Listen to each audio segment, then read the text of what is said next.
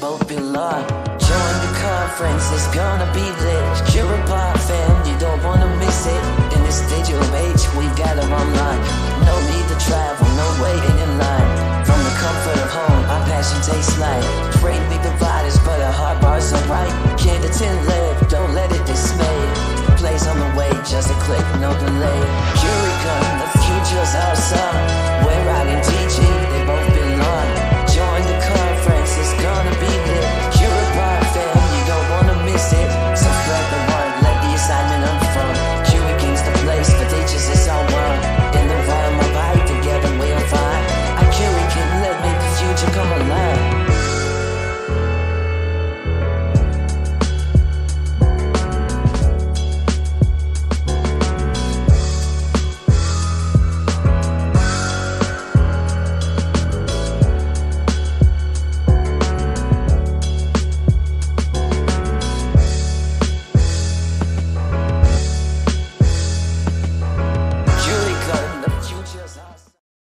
Welcome to Curicon Day 2, Session 5, and welcome back to those returning. I'm Amanda Fox, your host and Curipod Community Manager. Co-hosting with me tonight is Heather Brown, who is making these back-to-back sessions possible. As she closes one, I'm opening another. It's chaos on the back end, but we hope you guys, are having a smooth experience from your center stage seats in front of your computers. First off, a huge shout out to all of you who have tuned in tonight. Your contributions to our Curie Lives has made this a collaborative experience, which is at the heart and mission of Curipod.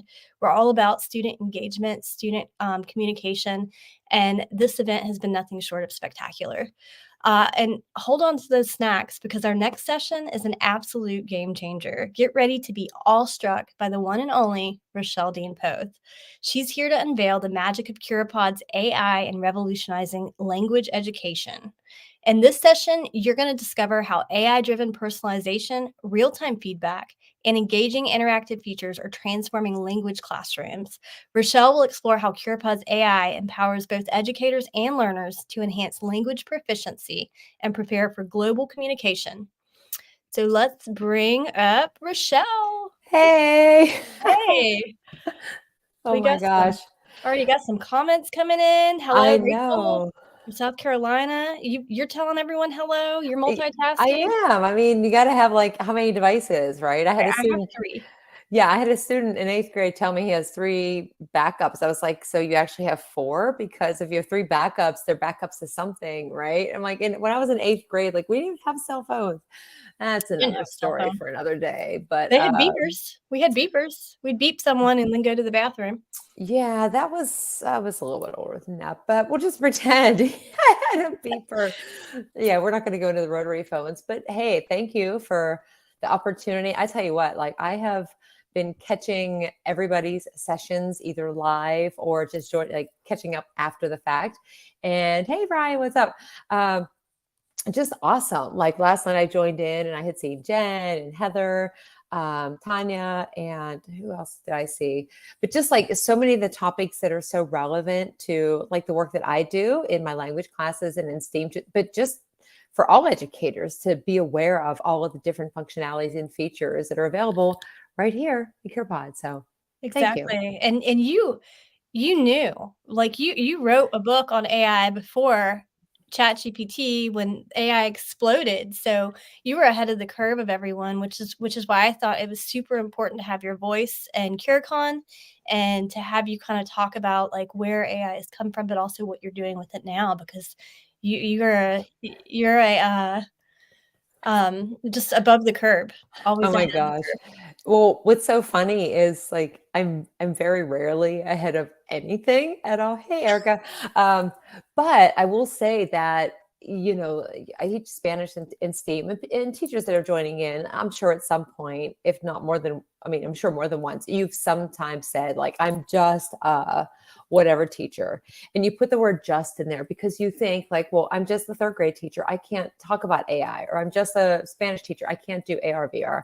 And like, get rid of the word just, because you can. It might not be the easiest thing you've done. It might not be in your wheelhouse or whatever, but like there are so many tools that are out there, and you could pick. I mean, I did a list of 7 and somebody's like, well, you forgot this one. I'm like, do you realize there's like hundreds of them right Right? now? Oh, And you just had an article on Edutopia.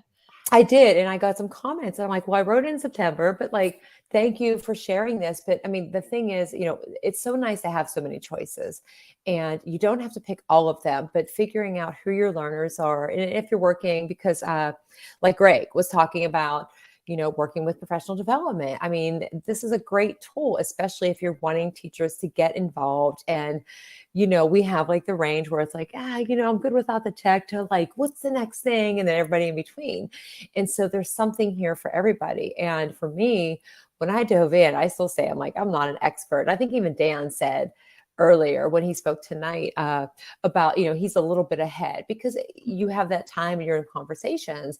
But for some people, I talked to a superintendent last week who said, I just learned about this stuff like back in December. And I said, yeah, Wow. but still, even though 6 years ago was when I first started to research, I'm still learning. Like you just can't keep up because it's moving so fast. So all you can do is just grab onto something, start with it, see what the benefits are. And I know that last night's sessions that you've had and tonight's and throughout the rest of this week, like there's just so many ideas for everybody. And this one, I'm just going to warn everybody, like this is going to be kind of like the Rachelle, like she just threw a bunch of stuff together, because that's how my brain works. I try to think of something. If somebody's joining in, they're not a language educator, and they might think, wow, how's this apply to me? Don't you worry. I got an idea in there for you. So that was a very long spiel. You always do. And I can't wait for your session to get started. You want to go ahead and cue up your presentation, and we'll give you center stage. Yeah, and I will say, I see a former student joined in from Pittsburgh, Mike Leisure. Oh my gosh, I'm actually teaching his daughter now, which a little bit scary. And we're focused there he is. We're focused all on AI and using some of the tools. And they talk about the generative AI and the benefits and everything. And I've shown them like what you can do with this, because I think it's so important to, embrace what it is and not be afraid of the fact that the kids are going to cheat or they're going to copy or whatever. Because like before technology, we've always been able to do that. So at any rate, hopefully you can see my AI and generative AI in world education. Absolutely. And what I say to those who are worried about students cheating is, if we ban AI or we're adverse to using it, or just don't allow it in our classrooms because we're afraid they're going to cheat now, and they're going to cheat in high school, they're going to cheat in college, then they're going to go on to get a 6-figure job using AI like on the daily. So are they cheating, or are we cheating them? I know. And the cheating component, even back in the 1900s when I went to school, which is, it's just fun to say, last century, there were always ways to get around doing the work yourself. And from the beginning, I did an article on GPT like back in 2020, and I couldn't believe what it was capable of then. And now here we are all these years later, and we're educators. We're in the best position to help students understand when to use it, how to use it. And it's no different than learning how to use Google, right? Because you still have to figure out the relevancy, the accuracy of the information. Not everything on the internet is true. Because when I did ChatGPT, it told me I had a PhD. I was like, great, I can quit my program. Like, I'm good. So done and out. But, for today, what I have here is I have a mixture of ideas. And so I've seen what everybody else has done. Some you can join in. Some of them I put some slides in because I love app smashing, even though years ago I had no idea what app smashing meant. I was at my first ISTE, if anybody has been at the ISTE conference, and I did a poster session, and I was talking about some different tools I was using. And a woman said to me, "You're app smashing." I said, "Wait, I'm what?" And she explained it. And I went, "Oh, okay, I had no idea." And so some of the tools that I've used in my class, like Genially, Canva, there's different ones that integrate. And I know you've had some other sessions about that as well.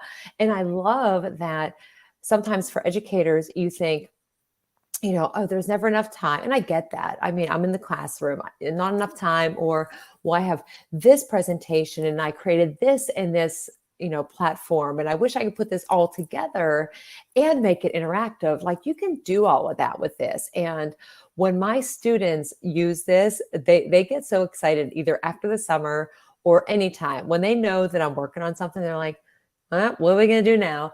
So the first lesson I did with them, they were like, oh my gosh, this is amazing. They were like, oh, totally tuned into like the word clouds and like waiting for the polls. And then what they asked after that was, could we use this? And I teach eighth graders, but I teach high schoolers. And a lot of my students have, whether or not they're able to or not, they've created accounts as teachers. And they said, this would be great for a presentation for a student who's older to make it more interactive for the people they're presenting to. And I thought, like, absolutely, that's great. We've done project-based learning, and it's hard to do the sit and get. And so to be able to actually create and make it more, engaging for students. So at any rate, what I have put together here to share with you, and I'm going to hit the all present. Yeah. And I'm gonna let you have center stage. Before I do, I am going to comment. You're presenting for Genially tomorrow, aren't you? Is it tomorrow? Wednesday? I hope not. Oh, well, maybe not. Well, either way, for those of you tuning in, Genially has an amazing like professional learning opportunity as well going on tomorrow. Go check out their socials. Erica Sandstrom, who's going to be co-hosting with me tomorrow. She's a champion. She's doing Genially too, and Friday or Thursday. She's co-hosting that, and you can app smash with that as well. We're going to pop down and give you the center stage. Okay. It's kind of nice with both you and Heather here, but that's all right. I want to eat my snacks. I don't want to do that on the screen. Okay. You need it. I have one reason left. So all right. Love it. Oh my gosh. Stella is here too. So this is awesome. And Erica. So great to see everybody join in. So I have been talking about and sharing in my STEAM course about AI, all kinds of emerging technology for years. And about 4.5 years ago, some of my Spanish students said to me, why don't we get to do the cool AR, VR stuff? Why don't we get to do the cool stuff? And I had no answers for them. I was like, because I'm just a Spanish teacher. I hadn't given it any thought. I just thought I had to teach the curriculum. But realistically, and I'm sure everybody knows this, is that the content that we teach, super important. We want them, thank you, Chris. We want them to develop the skills in the content area that we're teaching. But we also know that we have to help them to develop the skills they need to be successful in whatever they do when they leave our classrooms. Now, if you're an elementary teacher, I don't know how you do it, because I know there are so many things on your plate, and having a tool like this can really help you to engage students, to enable you to get them to interact. And there's just so many possibilities. But we also, like, in the back of my mind, I have to think, okay, we need teachers, period. Definitely need language educators. And so I want my students to understand, what AI is. And I know Jen in the presentation yesterday went through, what is AI. There've been so many great sessions, and I'm so used to saying, like, here's what it is. But diving in, for me specifically with the AI, and let's see here, let me skip my slide. Like I've said very briefly, I'm a full-time teacher. I teach Spanish and STEAM. I'm also a full-time consultant and attorney. Clearly, I love school. I loved technology long ago, love technology now. But the thing that I focus on is always the purpose behind it. And so what does it enable us to do differently? And as a language educator, my students, like, it's tough because you get so used to in school, basically, like, here's chapter 1, move on to chapter 2, or we read this book, read on to the next book. And it's that accumulation of knowledge. And so as many different ways as we can get students to engage with the content in any course, but specifically as me thinking about, language, super important. So I was always teaching the way I had been taught. I really didn't take a lot of risks, and I built the relationships with students. I saw the benefits of them interacting with each other. And so if I can make it easier for anybody else, please connect with me. My Twitter, my Gmail, everything. It's rjanae915, easy to find. I'm happy to share ideas with you, but I want to learn from you as well. And so there will be a code here if you want to actually join in. But some of this I kind of app smashed with some other tools that I use to create. I'm not going to say which ones yet, but there might be something coming up for you here. we look at AI. I started to research it like 6 years ago, I think, and dove into doing presentations. I said then, I'll say now, I'm not an expert, but I'm fascinated by it. And I made a comment and somebody saw it that I said like 6 years ago compared to like the past 6 months, it is changing so quickly. And what I love about tools like Curipod is that there's something for everybody. And there's a library. I mean, if you've been joining in the sessions or if you're going to go back and watch them, there's so many possibilities that you can use.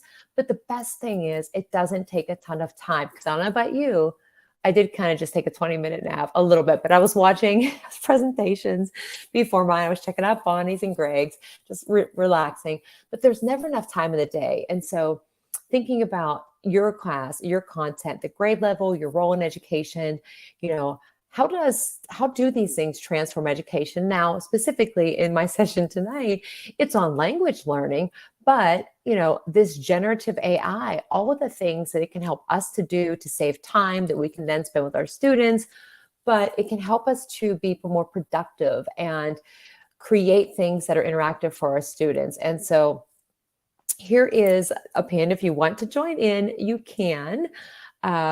It's a question. I made it specific to language learning experiences for students. So if you want to, you can. You do not have to. But anybody who is a language educator, and I know that we have some. Let me pop this up here. There we go. I know that we have some. I'm going to mute that so I can hear myself. I know we have some language educators joining in. I love the names. My students are not always fans of the names, but I tell you what, it is super fun to go, hey, Silly Pizza's in the lead or something. And, hey, who's Cool Pen? Falling Governor, Walking Parrot. I love it. But when my students did this, they really were excited about something different, because in a lot of their classes, in my class, I always start with objectives. I have a Google slide thing up, and we mix things up every day. It's not all about the tech. It's about the opportunities. So are we having conversations? Is it, sometimes I have a plan and I change the plan. I just throw in a lesson like this because I know that you can create it really quickly.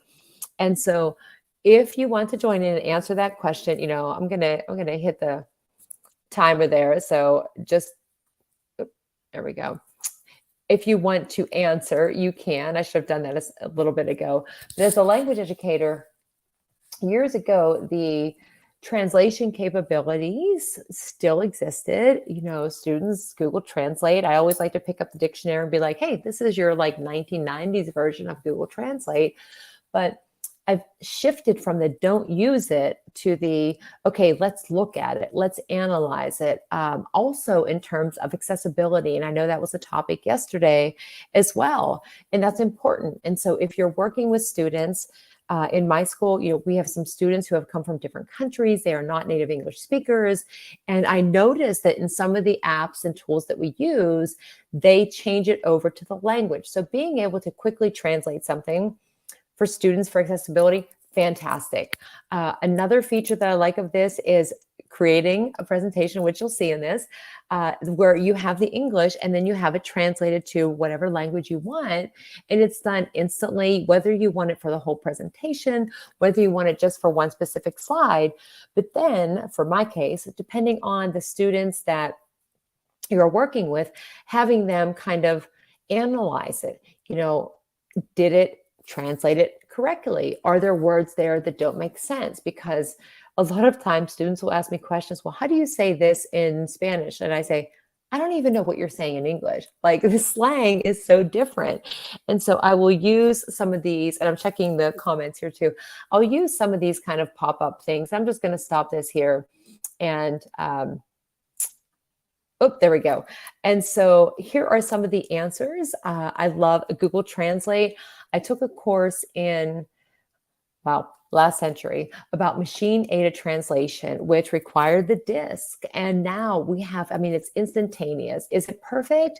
Not necessarily, but it does help us in some cases to save some time and to be able to work with students, because we know that one-on-one, that human interaction is super important. And I love some of these ideas. It gives some ideas.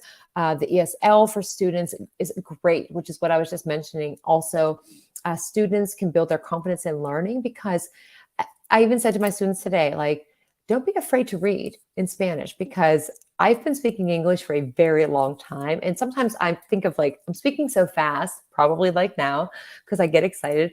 I'll say 3 words, but they get condensed into one brand new word. So we make mistakes, but in some cases, some of the tools that have the translation functionality help students to then build their skills.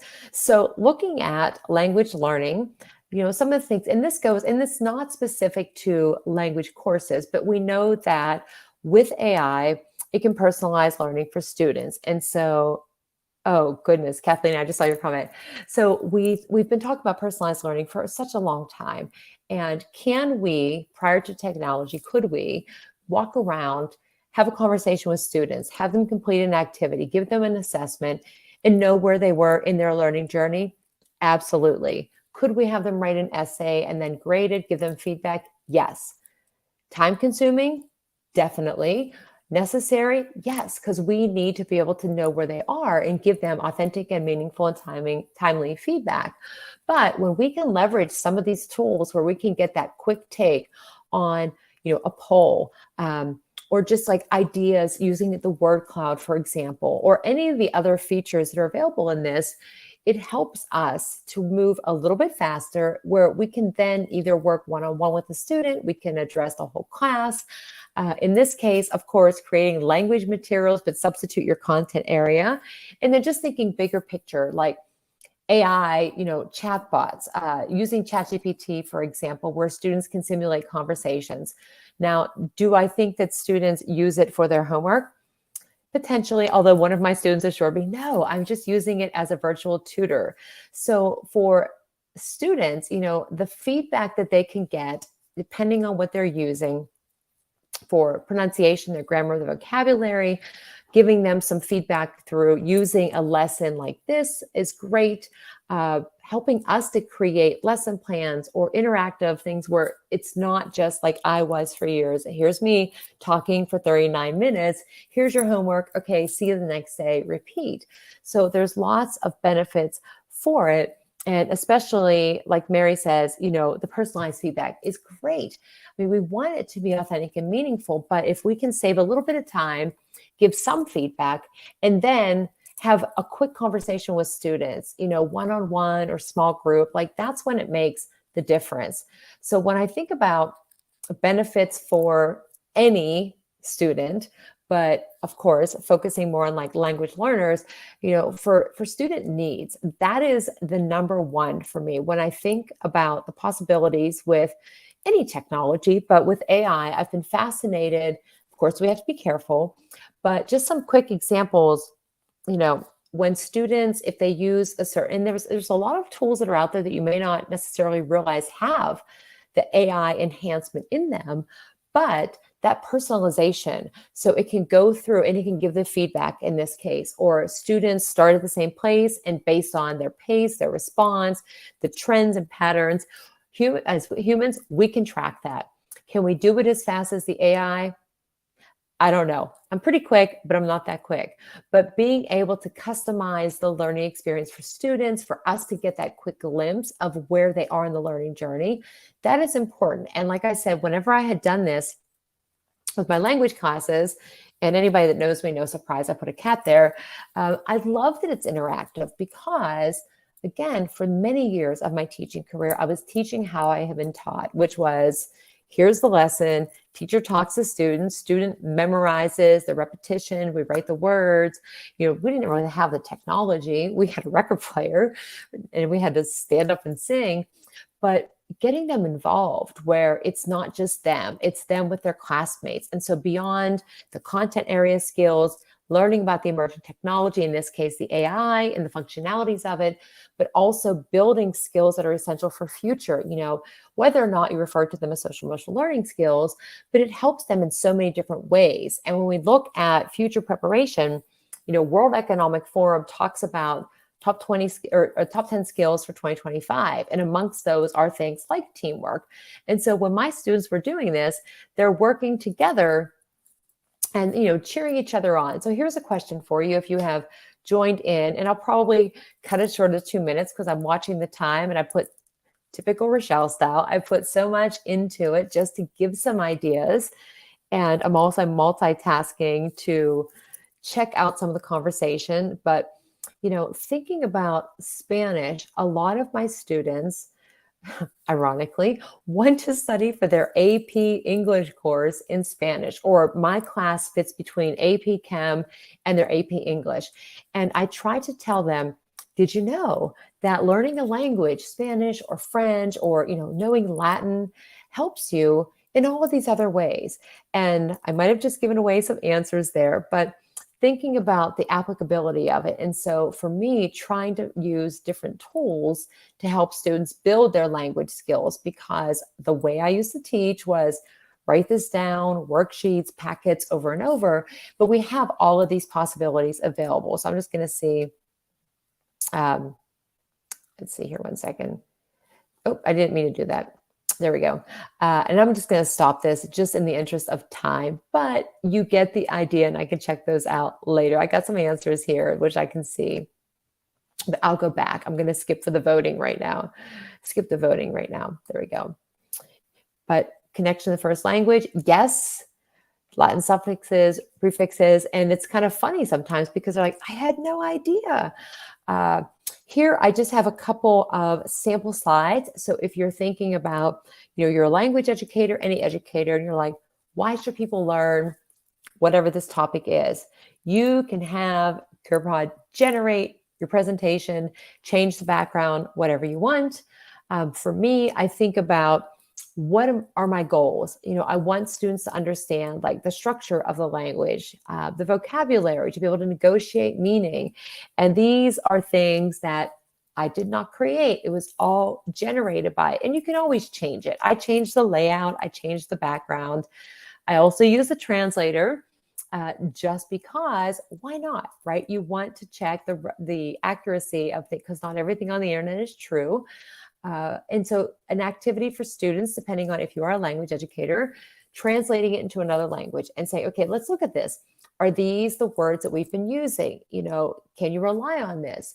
And does it understand? Like one example is if you say, I'm feeling really blue today. Everybody would mostly know what I mean, but a translator may not. And it might just think that I'm blue in color. And so you can use it as a tool to teach as well, based on what it has translated, look at the accuracy of it. And, nothing is ever perfect. You can set up learning objectives. Again, these are just activities that I put into there, and I will skip through those. But the underlying thing is, why are you using the tool? What is it helping you to do differently? And for some students, they don't want to answer in class. They're afraid of making mistakes. And I'm like, how many mistakes I make per day? It doesn't matter. That's how we learn. There's learning in those mistakes that we make. And so being able to translate, and I'm just skipping through some images here. I changed the background, but this content, I did not type in. I told it what I wanted. I found some example lessons and went with it. Now, I did use a lesson for Spanish greetings. I did not make this slide up. I just typed in lesson on Spanish greetings. And it put that in. And so flipping through, and those of you that joined in, thank you. You don't have to participate, because just giving the experience. Of course, if you're joined in, you can always go back and do that. But asking students how they say hello, working together so you can build in time for collaboration. You can change the timer. I put in the fun little collab, and then share the answers, of course. Asking students, what's your favorite Spanish word? Students will often say, my favorite word is this. Why? And then you can use some of the other options and generate a word cloud, helping students to work in pairs, all of those things. And again, brain breaks, because depending on your class period, kind of fun. Again, pick the cats, but I picked riding a bike. And then I used the translate, because I thought, why not? Because I do have some native Spanish speakers in my class that they are building their language, their English skills, although I did change the character on it to a different cat. But it's nice that you can just very quickly change one slide, all the slides to different languages, put in different functionalities. You can show the options, which I have there. You can change those. And I'm going really quickly because I know I'm right about time. But I love the fact that in teaching a language, in teaching any course, you have so many different options. Oh, there we go. And the last two things I will say is, let's say you are a Spanish teacher, because I know I saw some in here. Type in and look at the different lessons available. Teaching about the imperfect, awesome. You have a lesson there. You can copy it. You can make it your own. You can translate it, put different activities in. Other things, we were just talking about genially. Maybe you want students to read and then add in activities for them. So you can fully embed, please forgive my gifts because I was having some fun. You can fully embed, and I just put one example here, a story, and have students read the story. And then after that, you could have them write a summary. And then you can evaluate their summary however you want to do it. So it's nice you can pull in some of these other tools, whether it's a video, whether it is a fully embedded, genially in this case. And I know that was quick, and I was biding my time to right on 7:30. But, when it comes to teaching any course that you teach, language for me and STEAM, I love trying any type of technology and also getting the feedback from students. And when they're super excited and when they want to know how it works and the benefits of it, that's when I know, like, I am all into this because it's making a difference and an impact on them, and it's helping them to build their confidence and their language skills in my case as well. So thanks for everybody for your comments. I've been trying to keep up, and Amanda, thank you, and Heather, and for everybody from Curipod for the opportunity to join in this awesome week of learning. Thank you so much. I wish we had these types of things when I took Spanish, because I have to say, I really don't remember much anymore from it because I don't use it.